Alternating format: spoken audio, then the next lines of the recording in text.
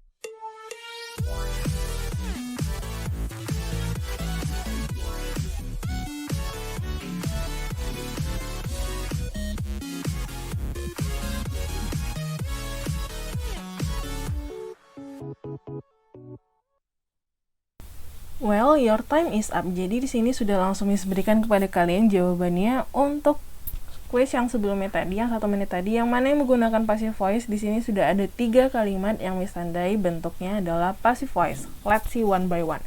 Kalau misalnya nomor 1, kenapa disebut passive voice, Miss? Karena konsep passive voice itu adalah adanya to be plus kata kerja ketiga. Kalau dalam bahasa Indonesia nih kita bilang yang awalnya imbuhannya adalah me, kalau di kalimat pasifnya menjadi di. Sama juga seperti ini.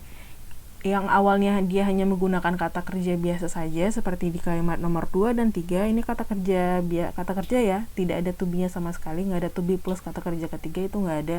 Contohnya adalah kalau di nomor 2 ada kata kerjanya adalah sentence. Untuk ini nomor 3 kata kerjanya adalah abolish. Kalau di nomor 1, 4 dan 5, let's see number 1, 4, and 5 the sentence. Jadi kalau misalnya sentence the first, the fourth, and the fifth sentence, di sini passive voice-nya mana sih Miss? Tandanya are committed, to be plus kata kerja ketiga.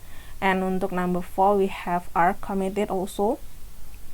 And the last sentence we have are released. Nah, bentuk lain dari ciri-ciri passive voice adalah adanya kata by itu sendiri atau oleh.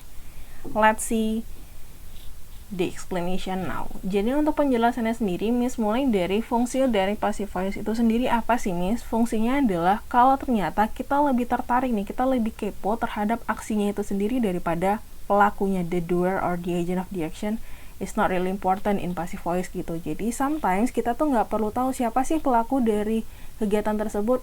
Contohnya seperti ini, the bank has been robbed 3 times. Bank tersebut sudah dirampok 3 kali.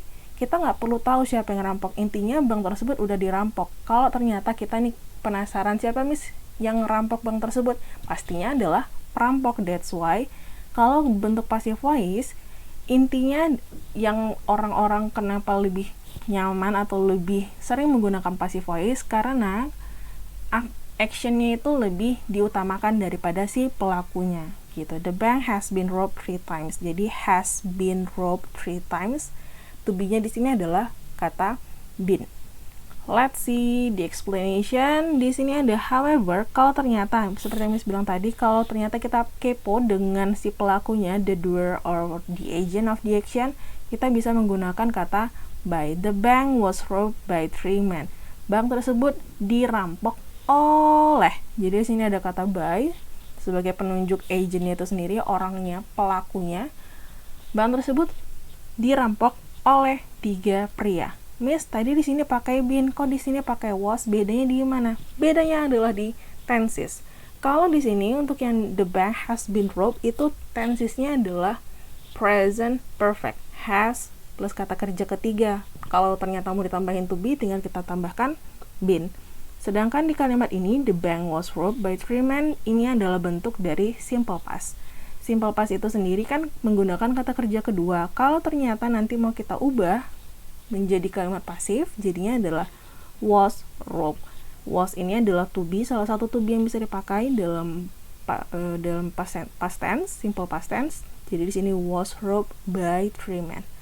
Let's move on to the next explanation I'd like to give you adalah rumusnya.